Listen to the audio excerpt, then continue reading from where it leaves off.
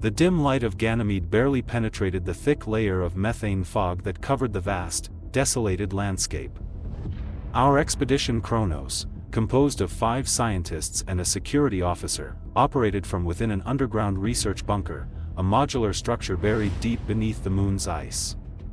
I was Commander Elias Vance, exobiologist, and my team was here to investigate a persistent thermal anomaly, nestled in a remote canyon that orbital mapping could barely resolve. The tension inside the bunker was palpable. For weeks, the Cronos's deep sensors had been picking up unusual vibrational patterns, complex resonances that didn't fit any known geological data. Suspense hung like the icy air we purified. "Commander, the heat readings are abnormal, but there's no volcanic activity," reported Dr. Lena Petrova, our geophysicist, her eyes restless on the monitors. "And the sonar, there's something down there." An organized formation, Dr. Kenji Tanaka, our communications and cybernetics specialist, frowned. "I'm picking up electromagnetic energy spikes. It's unnatural. It's like there's a network, an intelligence, beneath the ice." I felt it. A subtle vibration, a hum that seemed to echo inside my own skull, a sense of subtle horror present, as if something were watching. After days of slow, methodical drilling, the Cronos's drill finally broke through the last layer of ice. It wasn't a void. It was an entrance. Our field drill, the mole, slid into a vast subterranean chamber. What we revealed with our spotlights was breathtaking and terrifying. It was an alien city, not built, but grown. The structures looked both organic and architectural, gigantic hives made of an iridescent chitinous material that pulsed with a faint, bioluminescent internal light. Twisted corridors and vaulted chambers stretched into the darkness, forming a labyrinthine network that disappeared from view. It was a true colossal insect colony, an organic alien city. The silence was oppressive.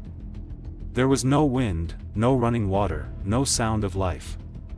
Only the faint hum of our own systems and the constant whisper that Kale had described, the space horror invading our minds. "Unbelievable," whispered Lieutenant David Chen, our security officer, his voice choked with awe and apprehension. "But, where are the inhabitants?" "It's empty." Our reconnaissance probe flew through the silent corridors. What it transmitted back made our hearts stop. The city walls were not solid.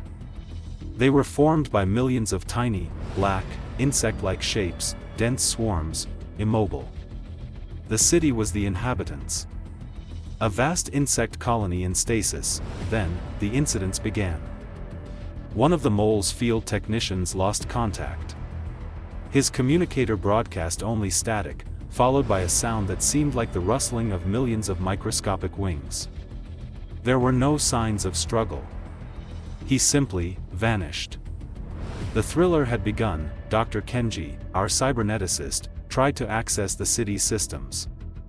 "Commander, there's a neural network here. A hive mind.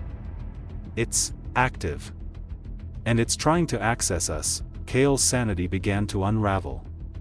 He spoke about the song of millions, and how they were waking up. "They're moving," he yelled, his eyes fixed on a city map that showed the immobile masses of insects on its walls. "The colony is awakening. And they're hungry for consciousness." I felt it. The hum in my mind intensified, a cacophony of alien, hungry thoughts. The insect colony didn't want to fight, it wanted to assimilate us. Our consciousness merged into its vast hive mind. The living walls of the city seemed to breathe. Our Cronos's navigation systems became disoriented, the holographic map of the bunker flickering with random coordinates. The alien city wasn't just observing us, it was pulling us in, turning us into part of its vast hive mind. The worst came when the figures on the walls began to move.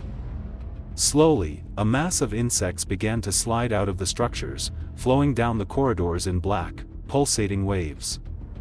They were countless, each a tiny part of a larger entity, moving with a single mind. Cosmic horror took tangible form. We realized then that the thermal anomaly wasn't the cause. It was the effect. The city wasn't an inert place, it was a gigantic incubation chamber of alien life, a hive mind that had entered stasis. Our drilling had awakened it. There was no way to fight a swarm of that size, especially with the bunker kilometers away. Our only path was to try and seal the rift we had opened. If the insect colony fed on psychic energy and consciousness, perhaps a concentrated pulse of counter-energy could force it back into its stasis. With resources dwindling and the swarm rapidly approaching, I knew we had to act. I reconfigured the mole's drills and the energy transmission system.